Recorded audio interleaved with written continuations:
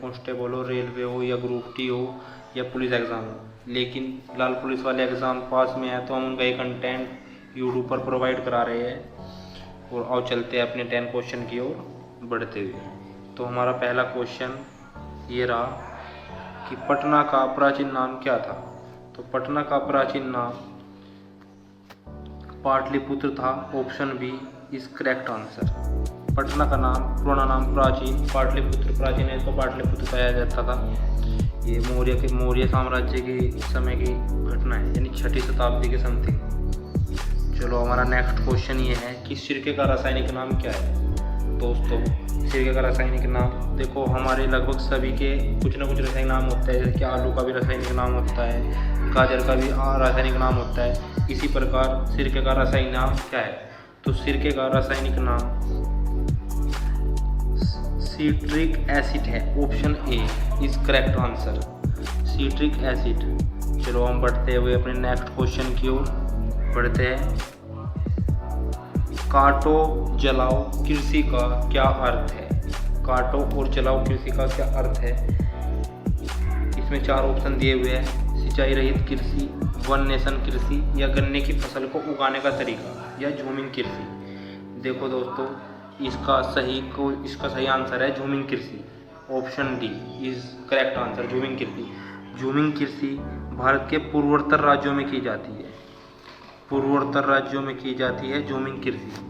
झूमिंग कृषि को श्रीलंका में चेना कहा जाता है। चेना, श्रीलंका में चेना कहा जाता है। अलग अलग क्षेत्रों में इसको अलग अलग नाम से जाना जाता है, लेकिन पूर्वोत्तर राज्यों में पहाड़ी क्षेत्रों में जो की गई कृषि को उसको झूमिंग कृषि कहते हैं, क्योंकि स्थानांतरित है, स्थान चेंज करती रहती है अपने, एक जगह से जलाई दूसरी जगह। चलो हम इसी प्रकार नेक्स्ट क्वेश्चन की ओर बढ़ते हुए अपने महात्मा गांधी की हत्या कब हुई थी। तो महात्मा गांधी की हत्या, ये डेट तो लगभग सभी को याद रखनी चाहिए। महात्मा गांधी की हत्या 30 जनवरी 1948, यानी option B is correct answer. 30 जनवरी 1948 को महात्मा गांधी जी को नाथुराम गोडसे ने गोली मारकर इनकी हत्या कर दी। इनको राजपिता सुभाष चंद्र बोस जी ने इनको राजपिता की उपाधि दी है, राष्ट्रपिता की उपाधि। इस चीज़ को याद रखना, ये आपके एग्जाम के लिए बहुत ही जरूरी है।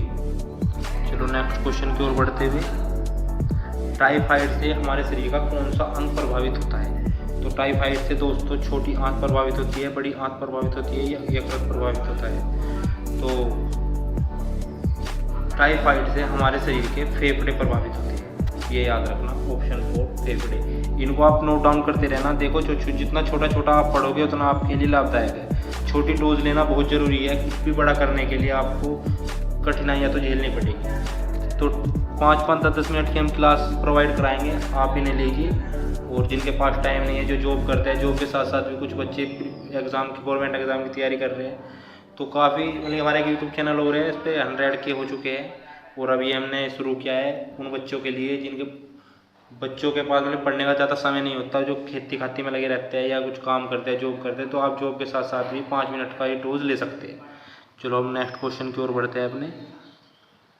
भारतीय अर्थव्यवस्था कैसी व्यवस्था है। तो भारतीय अर्थव्यवस्था समाजवादी है, पूंजीवादी है या मिश्रित है। तो आप सभी को तो ये लगभग पता ही होगा, भारतीय अर्थव्यवस्था मिश्रित अर्थव्यवस्था है। मिश्रित अर्थव्यवस्था है। चलो नेक्स्ट क्वेश्चन की ओर बढ़ते हुए अपने, विश्व व्यापार संगठन दिवस कब मनाया जाता है। वो विश्व व्यापार संगठन का गठन कब किया गया था। तो विश्व व्यापार संगठन का अर्थ एक होता है WTO यानी वर्ल्ड ट्रेड ऑर्गेनाइजेशन, और एक होता है WHO मतलब वर्ल्ड हेल्थ ऑर्गेनाइजेशन। ये उसका जो किया गया था WHO का जो किया गया था वो किया गया था 1945, और इसका किया गया था 1995 को। वर्ल्ड ट्रेड, एक वर्ल्ड टूरिज्म होता है, वर्ल्ड टूरिज्म। तो इसका जो है, इसका हेडक्वार्टर है इसका जिनेवा, इसका जिनेवा में है। और इसके जो फिलहाल अभी जो प्रेजेंट में इसके CEO है वे नेगोजी ओकांजो कुएला है। ठीक है, तो नेक्स्ट क्वेश्चन की ओर बढ़ते हुए अपने और, शेर पंजाब के नाम से विख्यात कौन है? तो लगभग सभी बच्चों को ये पता होना चाहिए कि शेर पंजाब के नाम से विख्यात, ये भी पिछले बार जीडी कांस्टेबल में पूछा गया था कि शेर पंजाब के नाम से कौन विख्यात है। तो शेर पंजाब के नाम से लाला लाजपत राय विख्यात है। Option number 3 is correct answer, Lala Lajpat Rai. ये गरम दल से थे, लालपाल और लालपाल बाल, हाँ ये गरम दल से थे। अब बच्चों याद रखना, पूछ लिया जाता है कि गरम दल के नेताओं में से लालपाल बाल कौन थे। क्रिप्स मिशन भारत कब आया? क्रिप्स मिशन भारत, लगभग बच्चों को पता ही होगा, क्रिप्स मिशन 1942 को भारत आया था। 8 अगस्त 1942 को क्रिप्स मिशन भारत आया। और चलो अब मैं आपको कमेंट बॉक्स के लिए क्वेश्चन देता हूँ, आपको ये खुद ही करना है, कमेंट करना है, मैं इसका कोई आंसर नहीं दूंगा आपको। क्रिप्स मिशन का सबसे ज़्यादा विरोध किस समुदाय या किसने किया था?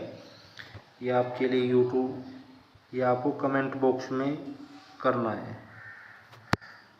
दोस्तों हमारा यूट्यूब चैनल नया है, इसको सब्सक्राइब, लाइक और कमेंट कर दें।